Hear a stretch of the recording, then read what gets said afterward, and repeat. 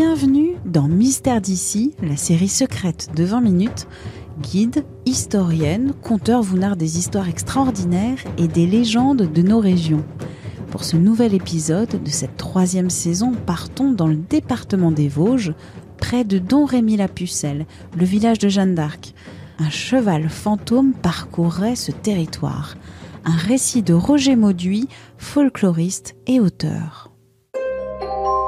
Je m'appelle Roger Mauduit et j'exerce une profession relativement rare. Je suis folkloriste. Donc je travaille sur le savoir du peuple. Les croyances, les superstitions, les légendes, les saints protecteurs, les saints guérisseurs, les pierres de fertilité, les sources sacrées et les fantômes.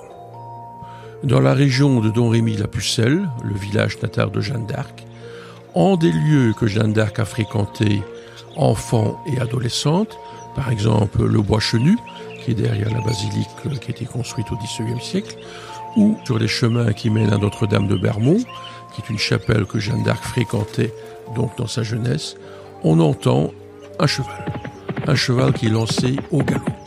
On l'entend, mais on ne le voit pas. Personne n'a jamais dit « j'ai vu un cheval ». Par contre, ils sont actuellement 28 à me dire « moi, je l'ai entendu ». Ou mon grand-père, mon oncle, mon voisin, etc. l'ont entendu. Des gens, parfois qui sont décédés aujourd'hui, d'autres qui sont bien vivants.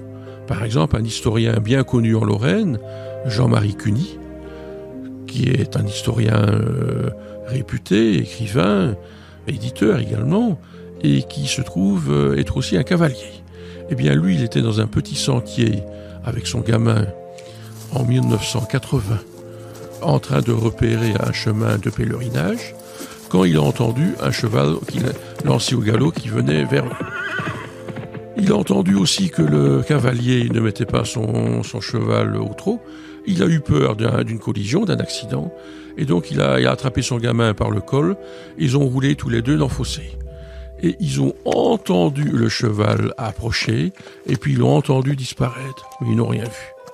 Moi-même, quelques années plus tard, en 2003, c'était la canicule, sur le même chemin, j'ai aussi entendu quelque chose qui venait vers moi. Je me suis mis aussi sur le côté, j'ai entendu quelque chose qui passait, c'est quelque chose m'a donné l'impression d'être un cheval lancé au galop. J'ai continué le chemin, sans très bien comprendre, et un peu plus haut, il y avait un couple de Hollandais, qui eux aussi ont entendu ce cheval et qui ne l'ont pas vu. Et j'ai publié cette histoire pour la première fois en 2004. Et ça fait un peu à millefeuille, vous voyez. Chaque fois que je la publie, c'est la 4e fois que je la publie là maintenant, je viens de la republier dans 70 histoires de revenants chez De Boré. Chaque fois que je la republie, il y a des témoins qui sortent du bois, si j'ose dire. Des chasseurs, des conseillers municipaux, des promeneurs, des randonneurs, des pèlerins, monsieur tout le monde. Et ils me disent, oui, moi je l'ai entendu, ou moi je n'ai rien entendu, mais mon voisin, mon père, mon oncle, mon cousin. Et en tout, actuellement, on arrive à 28 témoins qui ont entendu ça depuis l'entre-deux-guerres, donc ça remonte déjà loin, jusqu'à aujourd'hui. Le plus récent, c'est en 2016, le témoin le plus récent. Donc on peut dire que depuis grosso modo 1930 jusqu'en 2016, dans le pays de Jeanne d'Arc, il y a des gens qui entendent un cheval et qui ne le voient pas. Des légendes de chevaux fantômes, il y en a beaucoup. Mais ces chevaux-là ne sont pas seuls. Ils ont un cavalier qui est un seigneur maudit, un moine maudit. C'est lié au diable, c'est lié au maléfice. Ce sont des gens qui ont été damnés.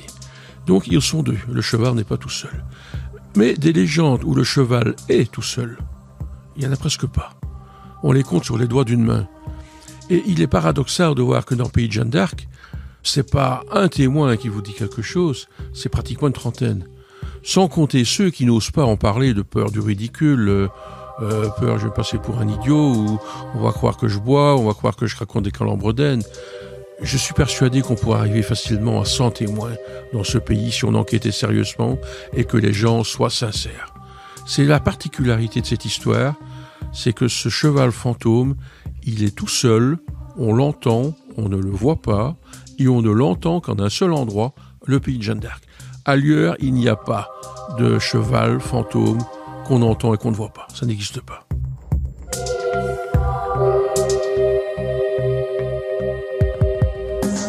Aucun témoin dans ce pays ne parle d'un fantôme de Jeanne d'Arc. Aucun.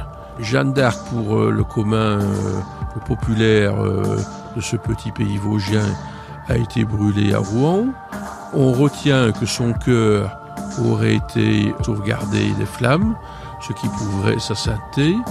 On parle de l'arbre sous lequel elle a entendu les voix, notamment de Sainte-Marguerite. Cet arbre n'existe plus, mais il a des descendants, si je puis dire. On parle de la fontaine des Fiévreux, qui existe toujours, qui n'est pas très bien indiquée. On dirait qu'on en a un peu honte. C'est dans un petit recoin, il n'y a même pas un sentier pour y aller. Mais non, il n'y a pas de légende de fantôme de Jeanne d'Arc. Dans ce pays, le seul fantôme, c'est le cheval.